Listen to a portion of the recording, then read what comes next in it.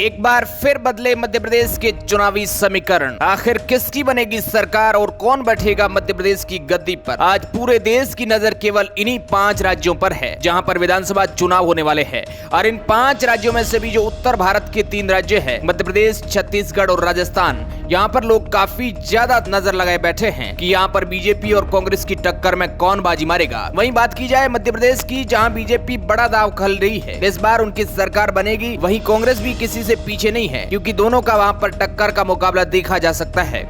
और इसी बीच इस पूरी उलटफेर में एक ओपिनियन पोल सामने आया है जिसने सबको हैरान करके रख दिया है। इस ओपिनियन पोल को जब आप देखोगे तो आप भी देखते रह जाओगे, क्योंकि आंकड़े हर किसी को हैरान करने वाले हैं। आखिर क्या आया है इस ओपिनियन पोल में और किसकी बन सकती है सरकार? मध्य प्रदेश के इस उलटफेर में कौन बना सकता है अपनी सरकार? आज के इस वीडियो में हम मध्य प्रदेश के जिले वाइज ओपिनियन पोल आपके सामने रखने जा रहे हैं, इसलिए बने रहना इस वीडियो रिपोर्ट के एंड तक। सबसे पहले बात करते हैं इंदौर जिले। तो इंदौर से कुल 9 विधानसभा सीट आती है, जिनमें से 3 पर कांग्रेस और 6 पर भाजपा ने बढ़त बनाए रखी है। मतलब कि पहली बार में ही एक तगड़ा डबल का आंकड़ा भारतीय जनता पार्टी ने दिखाया है। वहीं उज्जैन की 7 विधानसभा सीटों की बात की जाए तो वहां पर कुल 7 विधानसभा सीटें, जिनमें से भाजपा को एक बार फिर से 4 और कांग्रेस को 3 सीटें मिलती हुई नजर आ रही है। मतलब कि यहाँ पर भी एक बार सीट पर बीजेपी आगे चल सकती है। रतलाम की बात की जाए तो वहां से 5 विधानसभा सीटें, जिनमें से कांग्रेस को 3 और भाजपा को 2 मिल सकती है। यहाँ पर एक सीट को वापस कांग्रेस कवर करती दिख रही है। अब बात कर रहे हैं राजगढ़ की। तो राजगढ़ से 5 विधानसभा सीटें आती है, जिनमें से 3 भाजपा और कांग्रेस को 2 मिल सकती है। एक बार फिर भाजपा आगे जा सकती है। वहीं बात की जाए मंदसौर की, तो वहां से केवल 4 विधानसभा सीट है, जिनमें से 2 भाजपा और 2 कांग्रेस को मिल सकती है। मतलब यहाँ पर टक्कर का मुकाबला देखने को मिल सकता है। वहीं 2018 में यहाँ पर कांग्रेस ने केवल 1 ही सीट मिली थी और भारतीय जनता पार्टी को 3 सीट मिली थी, लेकिन ये आंकड़ा किस समय बदले कुछ पता नहीं चलता है। अब बात करते हैं नीमच की। तो यहाँ से 3 विधानसभा सीटें आती है, जिनमें से कांग्रेस को 1 और भाजपा को 2 सीटें मिलने का दावा किया जा रहा है। लेकिन पिछली बार यहाँ पर भाजपा ने तीनों सीटों पर अपना कमल खिलाया था और कांग्रेस को केवल संतोष ही करना पड़ गया था। श्योपुर की 2 विधानसभा सीट में से 1 भाजपा और 1 कांग्रेस को मिल सकती है। मतलब कि यहाँ पर दोनों पार्टियों को टक्कर का मुकाबला देखने को मिल सकता है। अब बात करते हैं मुरैना की। तो मुरैना में 6 विधानसभा सीट आती है, जिनमें से 4 कांग्रेस और 1 भाजपा को मिल सकती है और 1 अन्य को। मतलब कि यहाँ पर कांग्रेस ने वापस भाजपा का पाटिया साफ कर दिया है और तीनों सीटों से अपना पलड़ा भारी कर लिया है। और बात की जाए भिंड की, तो यहाँ से 5 विधानसभा सीटें, जिनमें से कांग्रेस को 3 और भाजपा को केवल 1 और 1 अन्य के खाते में जा सकती है। मतलब कि एक बार फिर से भाजपा को कांग्रेस पीछे कर सकती है। और अगर 2018 की बात की जाए तो ऐसा ही कुछ उस समय भी आंकड़ा देखने को मिला था। ग्वालियर में कुल 6 विधानसभा सीट आती, जिनमें से 5 सीटों पर कांग्रेस का पलड़ा भारी नजर आ रहा है। तो वहीं बीजेपी की केवल 1 ही सीट मिल सकती है। मतलब कि सर्वे के मुताबिक अब आज की तारीख में कांग्रेस बीजेपी को पछाड़ती हुई नजर आ रही है। लेकिन अभी तक बाकी अन्य जगहों के आंकड़े आने भी बाकी है, तो चलिए उनको भी देखते हैं कि क्या वहां पर उलटफेर आते हैं या फिर नहीं, आपको बताते हैं। दतिया की बात करें तो यहाँ से 3 विधानसभा सीट आती है, जिनमें से 2 कांग्रेस और 1 भाजपा को मिल सकती है। और यही आंकड़ा 2018 में भी देखने को मिला था और इस बार भी कुछ ऐसा ही दिख रहा है। शिवपुरी में 5 विधानसभा सीट है, इनमें से 3 कांग्रेस को और 2 भाजपा को मिलती हुई दिख रही है। एक बार फिर से कांग्रेस यहाँ पर भी पलड़ा भारी उसका नजर आ रहा है और सीधे तौर पर देखे तो एक टक्कर का मुकाबला देखने को मिल सकता है, क्योंकि एक सीट का उलटफेर किस समय हो जाए ये कुछ पता नहीं चलता है। अब बात करें गुना, तो यहाँ से 4 विधानसभा सीट आती है, जिनमें से 2 कांग्रेस और 2 भाजपा को जाती दिख रही है। और यहाँ पर एक कड़ी टक्कर देखी जा सकती है, क्योंकि आंकड़ा भी कुछ यही बयां कर रहा है। आगे का जिला है अशोकनगर, जहां से 3 विधानसभा सीट आती है, जिनमें से 2 कांग्रेस और 1 भाजपा को मिल सकती है। मतलब कि इस ओपिनियन पोल को देखिए तो ज्यादातर आंकड़ा दोनों के बीच में टक्कर का चल रहा है। आगे देखते हैं क्या होता है। बात करते हैं सागर जिले की। यहाँ से 8 विधानसभा सीट आती है, जिनमें से 3 कांग्रेस और 5 भाजपा के खाते में जाती हुई नजर आ रही है।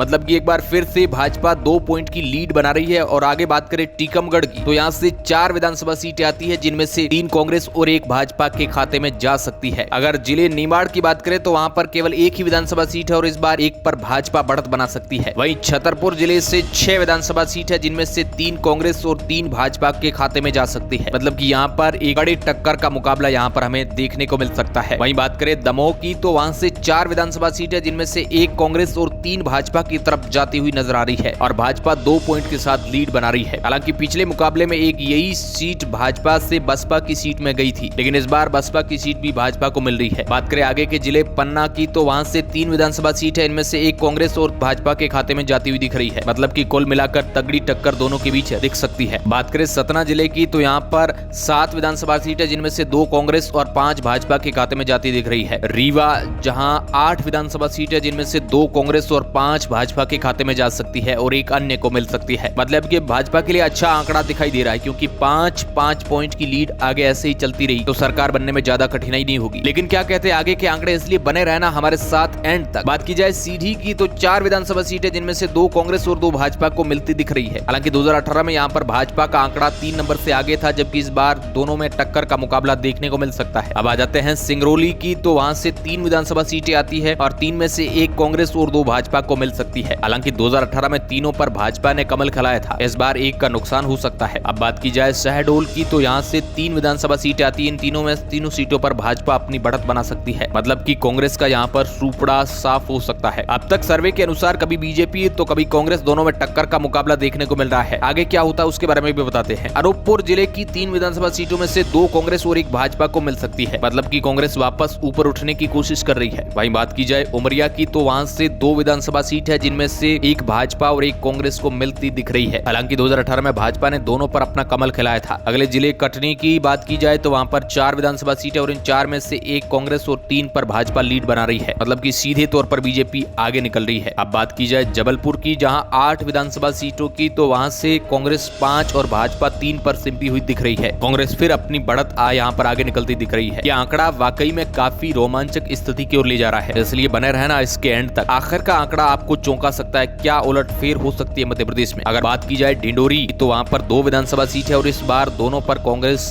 लेती अपने खाते में दिख रही है और भाजपा अपना यहाँ पर खाता खोलती हुई नजर नहीं आ रही है। मतलब कि 0 सीट का यहाँ पर भाजपा को मिल सकती है।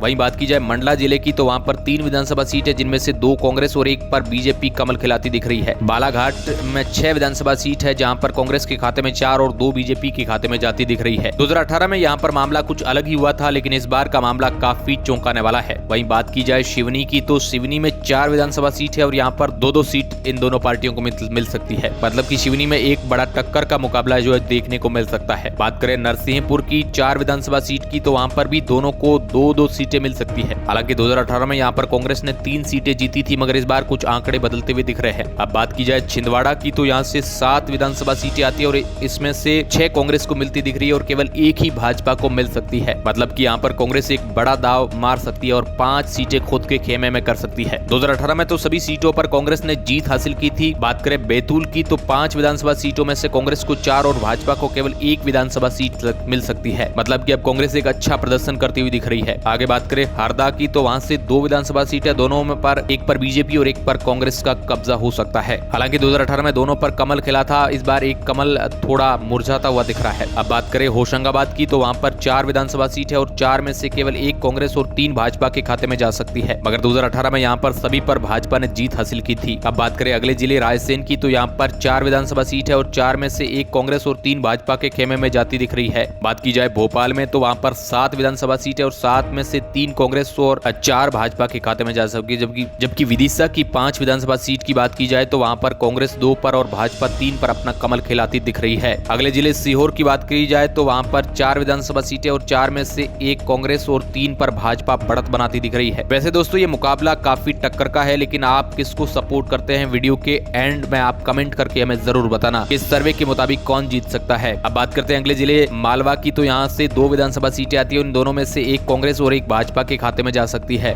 और दोनों के बीच एक कड़ा मुकाबला यहाँ पर देखने को मिल सकता है। वहीं बात की जाए शाहजहांपुर की, तो 3 विधानसभा सीटें हैं, तो वहां पर 2 कांग्रेस और 1 भाजपा के खेमे में जा सकती है। आगे की बात की जाए देवास जिले की, जहां पर 5 विधानसभा सीटें हैं, जिनमें से 3 कांग्रेस को और 2 भाजपा को मिल सकती है। मतलब कि एक बार फिर से यहाँ पर भी टक्कर का मुकाबला हो सकता है। खंडवा की 4 विधानसभा सीटों में से 2 पर कमल और 2 पर कांग्रेस जीत सकती है और इसी वजह से दोनों के बीच एक टक्कर का मुकाबला हो सकता है। अगर इस ओपिनियन पोल के मुताबिक बुरहानपुर की बात करें तो वहां पर 2 विधानसभा सीटें जिनमें से एक कांग्रेस और एक भाजपा के खेमे में जा सकती है। मतलब कि एक बार फिर से यहाँ पर भी दोनों का पलड़ा भारी दिख रहा है। हालांकि 2018 में एक भाजपा और एक निर्दलीय के खेमे में गई थी, लेकिन इस बार निर्दलीय से हटकर वह कांग्रेस के खेमे में जाती दिख रही है। बात करें खरगोन जिले की 6 विधानसभा सीट है, यहाँ पर कांग्रेस 1 और भाजपा को 4 मिल सकती है और एक अन्य के खाते में जाती हुई दिख रही है। बरवानी की 4 विधानसभा सीटों में से 1 कांग्रेस और 3 भाजपा के खेमे में जा सकती है। अलीराजपुर की बात करें तो वहां पर 2 विधानसभा सीटें और दोनों पर कांग्रेस अपनी बढ़त बना सकती है। मतलब कि बीजेपी को यहां पर निराश होना पड़ सकता है। अब बात करें हुआ की 3 विधानसभा सीटों की तो वहां पर 3 कांग्रेस और भाजपा को एक बार फिर से बिना किसी सीट बैठना पड़ सकता है। धार की 7 विधानसभा सीटों में से 6 कांग्रेस और 1 भाजपा को मिल सकती है। मतलब कि कांग्रेस अब एक बार फिर से अपने अच्छे प्रदर्शन की ओर आगे बढ़ती दिख रही है और भाजपा को थोड़ी कम सीटें मिल सकती है। और अगर इस हिसाब से देखा जाए तो मध्य प्रदेश में कांग्रेस 108 से लेकर 125 सीटों पर बढ़त बना सकती है। वहीं दूसरी तरफ भाजपा 104 से 120 सीटें खुद की तरफ कर सकती है। वहीं बात की जाए अन्य की तो 3 से 4 सीटें भाजपा और कांग्रेस से बाहर यानी अन्य की तरफ जा सकती है। हालांकि आंकड़ा अब तक किए हुए सर्वे के मुताबिक, लेकिन इन आंकड़ों में 5 से 8 सीटों का बदलाव भी हो सकता है और वह 8 सीट अगर कांग्रेस की तरफ जाती है तो यह बड़ा बहुमत बन सकता है और मध्य प्रदेश में कांग्रेस की सरकार बनने से कोई नहीं रोकेगा। वहीं बात की जाए 5 से 8 सीटें भाजपा की तरफ जाती है तो एक बार फिर से भाजपा सत्ता में आ सकती है और कांग्रेस को फिर 5 साल तक मेहनत करनी पड़ सकती है। वैसे अब मैं आपसे जानना चाहूंगा कि आप कांग्रेस और भाजपा में किसको पसंद करते हैं। अगर मध्य प्रदेश में किसकी सरकार आप बनाना चाहते हैं हमें कमेंट के माध्यम से जरूर बताएं। Bureau report, R media network.